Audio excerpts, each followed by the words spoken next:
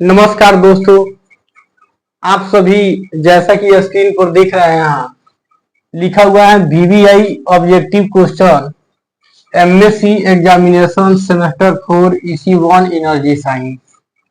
यहाँ पर सेशन लिखना भूल गए हैं, तो यहाँ पर सेशन जो होगा वो 2023-25 होगा। अभी इसका जो है एग्जाम होने वाला है, जैसा कि आप लोगों को पता है। तो इसमें हम 1 से लेकर के 15 तक का ऑब्जेक्टिव क्वेश्चन लेकर के आए हैं, वो आप लोग वीडियो देख सकते हैं। और इस तरह से ऑब्जेक्टिव क्वेश्चन जो है इसमें से बहुत ही हेल्पफुल होगा आपके एग्जाम में। आप लोग देखिएगा, यहाँ पर बिना समय गंवाए हुए हम ये क्वेश्चन को देखते हैं। तो यहाँ पर 16 नंबर क्वेश्चन दिया हुआ है, the standard electromotive force for hydrogen oxygen fuel cell is 1.23 volt दिया हुआ है। तो हमें पता है, यानी कि हाइड्रोजन ऑक्सीजन का मानक इलेक्ट्रोमोटिव फोर्स यानी कि EMF इलेक्ट्रोमोटिव फोर्स, वो मानक इलेक्ट्रोमोटिव फोर्स होता है। तो कितना होता है? तो वो होता है 1.23 वोल्ट होता है।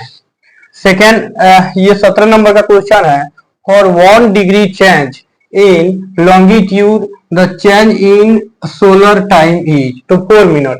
सबसे पहले ये आप लोग जानते हैं ऑलरेडी कि लॉन्गिट्यूड क्या होता है।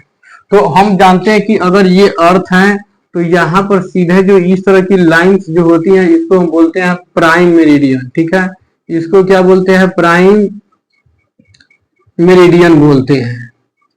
ठीक है, इसको प्राइम मेरिडियन बोलते हैं। इसको हिंदी में बोलते हैं प्रधान याम्योत्तर। इसको प्रधान याम्योत्तर इसको हिंदी में बोलते हैं। तो जैसा कि आप लोगों को पता है, अगर इस तरह की इक्वेटर अगर जो है इस तरह की ऐसे बनी हुई होती हैं, ठीक है, ऐसे जो है ये बना हुआ होता है, तो ये जो होता है लंबा लंबा ऐसे होता है, इसीलिए इसको जो है लॉन्गिट्यूड बोलते हैं। इसको क्या बोलते हैं? लॉन्गिट्यूड बोलते हैं। और इसी को यानी कि हम क्या बोलते हैं? देशांतर बोलते हैं। देशांतर रेखा, देशांतर रेखा इसी को हम कहते हैं। ठीक है, तो ये लॉन्गिट्यूड है, यानी कि यहाँ पर जो सोलर टाइम जो होता है वो एक जो है ना 1 डिग्री जाने के लिए जो होता है वो यहाँ पर दिया है 4 मिनट का टाइम लेता है। तो ये 4 मिनट का टाइम कैसे लेता है इसको यहाँ पर हम जानेंगे। ठीक है, तो हम जानते हैं कि पृथ्वी जो घूमती है वो 360 डिग्री पर घूमती है और ये लगभग 24 घंटा में घूमती है। ठीक है, तो यहाँ पर हम देखते हैं, अगर इसको 12 से काट दे तो ये हो जाएगा कितना? 180 से कट जाएगा। तो ये 6 दूना 12, तो ये 90 दूना 180। तो ये इसको 3 से काट दे तो ये जो हो जाएगा 45 से कट जाएगा, यानी कि 15 से 45, ये 15 से जो है कट जाता है। तो यहाँ पर हम जानते हैं दोस्तों कि 15 डिग्री जो है वो 1 घंटा के लिए आ गया। तो 1 घंटा में कितना होता है? 60 मिनट होता है। तो यहाँ पर हम 15 डिग्री को क्या करें? 60 में चेंज कर दें और इसको जो है 15 से अगर हम डिवाइड कर दें तो ये हो जाएगा 1 डिग्री और 15 चौका 60, यानी कि 1 डिग्री के लिए कितना आ जाता है? तो 4 मिनट हो जाता है। 4 मिनट, ये 1 डिग्री के लिए कितना हो जाता है? 4 मिनट हो जाता है। इसलिए यहाँ पर क्या दिया है? 1 डिग्री के लिए कितना आ गया? 4 मिनट हो गया आंसर। जो नेक्स्ट क्वेश्चन है, medium temperature solar thermal application use wavelength, यानी कि सोलर थर्मल में मध्य तापमान का अनुप्रयोग में किस वेवलेंथ का यूज किया जाता है? तो वो होता है विजिबल, यानी कि विजिबल वेवलेंथ का यूज किया जाता है। नेक्स्ट क्वेश्चन है, wind energy can be harvested economically if our wind speed is greater than 5 kilometre, यानी कि हमारी जो विंड एनर्जी होगा वो इकोनॉमिकली रूप से हार्वेस्टेड तभी हो पाएगा जब विंड की स्पीड कितनी होगी? ग्रेटर देन 5 किलोमीटर, यानी कि 5 किलोमीटर से अत्यधिक होगा। नेक्स्ट क्वेश्चन है, ओटेक यानी कि ओशियन थर्मल एनर्जी कन्वर्जन, इसको क्या बोलेंगे? Ocean thermal energy conversion plants. ये प्लांट्स मतलब पेड़ पौधा नहीं होता है, यानी कि जो प्लांट यहाँ पर बैठाया हुआ रहता है तो उस मशीन को जहाँ पर के ये सभी जो है ना ये बिजली उत्पादन करने के लिए जो मशीन वगैरह सब लगाए हुए होते हैं तो उसको हम प्लांट्स बोलते हैं। तो ocean thermal energy conversion plant जो होते हैं वो take advantage of temperature difference between, यानी कि किस टेम्परेचर के अंदर, किस टेम्परेचर के अंदर जो ocean thermal energy conversion plants होते हैं वो लाभ उठाता है। तो वो लाभ उठाता है deep water and hollow water.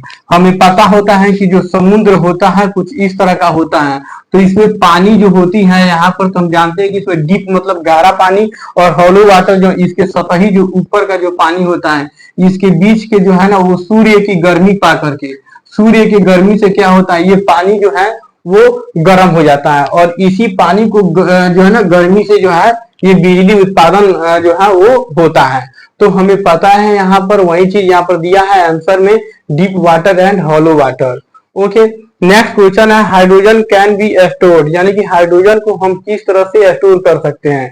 तो इसको दोनों तरीका यहाँ पर दिया है, फिजिकली एंड केमिकली बोथ, यानी कि इसको जो है ना भौतिक रूप से और रासायनिक रूप से, दोनों रूप से हम क्या कर सकते हैं, इसका स्टोर हम कर सकते हैं। नेक्स्ट क्वेश्चन है which form of energy is derived from solar energy, यानी कि किस एनर्जी को सोलर एनर्जी के फॉर्म में ड्राइव किया जा सकता है।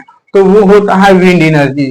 दोस्तों हम जानते हैं जो विंड एनर्जी होता है वो जो है वो डिपेंड करता है सोलर एनर्जी पे। सोलर एनर्जी से हीट होता है, और हीट जब ये उत्पन्न होता है तो फिर इससे क्या होती है ना, हवा चलने लगती है। जब हवा चलती है तो फिर उसी हवा को चलने के कारण जो है वो विंड एनर्जी हमें प्राप्त होती है। नेक्स्ट क्वेश्चन है hydrogen is stored chemically as, यानी कि रासायनिक रूप से हाइड्रोजन को हम स्टोर कर सकते हैं। तो कैसे स्टोर कर सकते हैं, तो इसी हाइड्रोजन को हम रासायनिक रूप से हाइड्राइड्स बना करके और हम स्टोर कर सकते हैं। नेक्स्ट क्वेश्चन है which of the following is use to measure solar radiation, यानी कि सोलर रेडिएशन को, दोस्तों ये सोलर रेडिएशन को मापने के लिए हम किस यंत्र का यूज किया करते हैं, तो हम जो होते हैं ये पायरहेलियोमीटर का यूज करते हैं। तो यहाँ पर आप लोग ध्यान दीजिएगा, है ना, इसी का यूज करके हम जो है सोलर रेडिएशन को माप सकते हैं। जी दोस्तों, नेक्स्ट क्वेश्चन है इन विच कलेक्टर एफिशिएंसी इज मैक्सिमम, यानी कि किस कलेक्टर की, यानी कि कलेक्टर मतलब संग्रहिता, यानी कि किस संग्रहिता यानी कि कलेक्टर की जो है वो दक्षता जो होती है वो अत्यधिक होती है। तो ये पैराबोलाइड डिस्क तो पता है आपको, पैराबोलाइड डिस्क इस तरह का होता है, और इसमें जो होता है एक जो होता है रिसीवर लगा हुआ होता है। तो पैराबोलाइड डिस्क जो होते हैं ना, इसकी दक्षता जो होती है काफी अधिक होता है, यानी कि इसकी कार्य सारणी जो होती है ना, कार्य करने की क्षमता ये बहुत अत्यधिक होती है। नेक्स्ट क्वेश्चन है single solar cell voltage is about, यानी कि सिंगल सोलर सेल जो है वो कितने वोल्टेज का होता है, तो वो होता है 0.5 वोल्टेज का।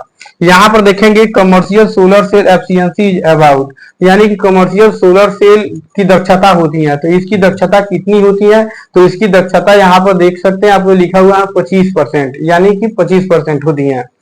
नेक्स्ट क्वेश्चन है द पायरेनोमीटर मेजर, यानी कि पायरोनोमीटर से हम क्या मापते हैं, तो हम मापते हैं डायरेक्ट रेडिएशन को और डिफ्यूजन रेडिएशन, दोनों बोथ लिखा है, यानी कि ये दोनों माप सकते हैं हम। डायरेक्ट रेडिएशन का मतलब क्या होता है, तो डायरेक्ट रेडिएशन का मतलब होता है प्रत्यक्ष विकिरण, और डिफ्यूज रेडिएशन का मतलब होता है विशिष्ट विकिरण। नेक्स्ट क्वेश्चन है दोस्तों, यहाँ पर देखेंगे the metal which give hydrogen on treatment with acid as well as sodium hydrogen oxide is, यहाँ पर आंसर दिया है जिंक। तो दोस्तों यानी कि वो कौन सी ऐसी मेटल है जो एसिड ट्रीटमेंट के साथ हाइड्रोजन देता है, और हाइड्रोजन के साथ साथ जो है वो सोडियम हाइड्रोजन ऑक्साइड भी देता है, तो वो होता है जिंक। क्या होता है, वो जिंक होता है। जिंक को पता है, जिंक की रासायनिक संकेत जो होता है वो Zn होता है, और इसी को जो है ये जिंक इस तरह के जो है ना ये लिखते हैं, इसको शॉर्टकट में इस तरह के लिखा जाता है, और इसी को जस्ता बोलते हैं। हिंदी में क्या बोलते हैं इसको, तो इसको जस्ता बोला जाता है। और इस सेशन का दोस्तों लास्ट क्वेश्चन यहाँ पे बचा हुआ है, जो कि ये मैं बता दूं आपको, which type of radiation reaches the surface without absorption और विदाउट स्कैटरिंग। तो यहाँ पर आंसर दिया हुआ है बीम रेडिएशन, यानी कि इसको थोड़ा समझ जाते हैं हम, यानी कि कौन सा रेडिएशन कौन सा रेडिएशन विदाउट एब्जॉर्प्शन यानी कि बिना अवशोषित हुए, और विदाउट स्कैटरिंग बिना प्रकीर्णित हुए, बिना अवशोषित हुए, बिना प्रकीर्णित हुए वो हमारे सरफेस तक पहुंचता है। तो दोस्तों वो हमारी सरफेस तक ऐसे जो है ना वो बिना एब्जॉर्ब हुए यानी कि बिना अवशोषित हुए और बिना प्रकीर्णित हुए अगर कोई रेडिएशन पहुंचता है तो वो बीम रेडिएशन जो होता है वो हमारे तक जो है वो पहुंचने में सक्षम होता है। तो दोस्तों आप लोग जो है जानते हैं कि 1 से लेकर के 15 तक के बीच का जो है ऑब्जेक्टिव क्वेश्चन मैं ऑलरेडी एक वीडियो में इसके पहले करा चुका हूं। अब यहाँ पर 16 से लेकर के 30 तक के ऑब्जेक्टिव क्वेश्चन मैं यहाँ पर के लेकर के आया हूँ। और दोस्तों यहाँ पर एनर्जी साइंस जो 4th सेमेस्टर का है ये जो है काफी वीवीआई क्वेश्चन है ऑब्जेक्टिव का। आप लोग जानते हैं ये जो है ना इसके पहले भी एग्जाम में जो है ये पूछा हुआ है बहुत सारे क्वेश्चन। ये पीवाईक्यू है यानी प्रीवियस ईयर क्वेश्चन जो है वो यहाँ पर लिया गया है। ठीक है दोस्तों, तो आप लोगों को पता है यहाँ पर जैसे कि ये जो है ना इस सेशन में बहुत ही इंपॉर्टेंट क्वेश्चन लेकर के मैं आया हूं। तो दोस्तों एक बार सेशन को लाइक कर दीजिए, शेयर कर दीजिए और कमेंट जरूर करिए। आप सभी कमेंट में जरूर बताइए।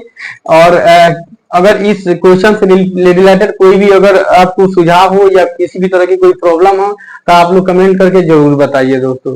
ओके, तो अगर आप दूसरे सब्जेक्ट भी लिए हुए हैं जैसे अगर आप एडवांस क्वांटम लिए हैं, नैनो फिजिक्स लिए हैं या कोई दूसरा अगर आप ऑप्शनल सब्जेक्ट लिए हैं तो आप कमेंट में जरूर बताएं। मैं उसका भी सेशन ऑब्जेक्टिव लेकर के मैं अवश्य आऊंगा। और यहाँ पे कुछ और क्वेश्चन बचा हुआ है दोस्तों, तो इसको भी मैं जल्द से जल्द जो है मैं लेकर के आऊंगा। ठीक है, इसके आगे का क्वेश्चन भी कुछ मैं ऑब्जेक्टिव क्वेश्चन लेकर के आऊंगा। और इतना सारा अगर ऑब्जेक्टिव क्वेश्चन आप लोग इसका स्क्रीनशॉट लेकर के इसको बढ़िया से पढ़ करके समझ करके आप लोग जाते हैं दोस्तों तो आप लोग देखिएगा, यकीनन मेरा विश्वास करिए आप सभी, इससे तो मेरा कोई फायदा होने वाला नहीं है। ठीक है, इससे फायदा मेरा भी होगा और आपको भी होगा। तो आप लोग यहाँ इतना जरूर पढ़ लीजिए और इसको याद करके आप जाइए। इसके पहले अगर आप 1 से लेकर के 15 तक का क्वेश्चन आप नहीं देखे हैं तो इसके पुराना वीडियो जो है अपलोड है, आप लोग वहां से जाकर के देख सकते हैं। इसके नए वाले जो है ना अगले इसके भी कुछ क्वेश्चन है वो भी मैं लेकर के अगले सेशन में आऊंगा। ठीक है, तो आप लोग एग्जाम की जो है बढ़िया से तैयारी करिए। और जो है आपका एग्जाम हॉल में जब दोस्तों आप बैठते हैं तो समझिए कि यही सबसे बड़ा एक दोस्त होता है जो जितना आप पढ़े लिखे होते हैं। क्या फायदा अगर वहां पर जो है ना आपको जो है अगर न लिखने दिया जाए, अगर कोई डिस्टर्ब करता है कि नहीं सीधा बैठो, सीधा बैठ करके लिखो, तो आप लोग अगर पढ़े रहते हैं तो आराम से ऑब्जेक्टिव बना लेते हैं। अगर 10 गो ऑब्जेक्टिव में मान लीजिए कि अगर आपको 8 गो भी सही हो जाता है तो 16 नंबर आपका ऐसे ही हो गया। तो 32 नंबर पर पास आउट होता है, आपको तो इतना पता होता है कि 32 नंबर पे पास होते हैं। ठीक है, ये 75 कितना 70 नंबर का ये क्वेश्चन होता है और 70 नंबर में आपको 32 नंबर लाना जरूरी होता है।